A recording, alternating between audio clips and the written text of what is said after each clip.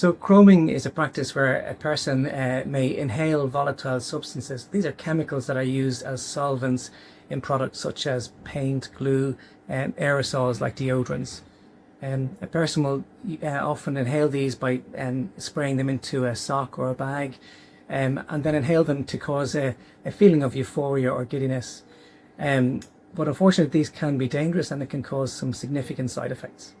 Chroming can affect the cells of the heart to make them more likely to have a sudden abnormal heart rhythm, which can cause the heart to stop, and this can lead quickly to death. As parents, it's important for us to talk to our children and young people about the potential dangers of chroming.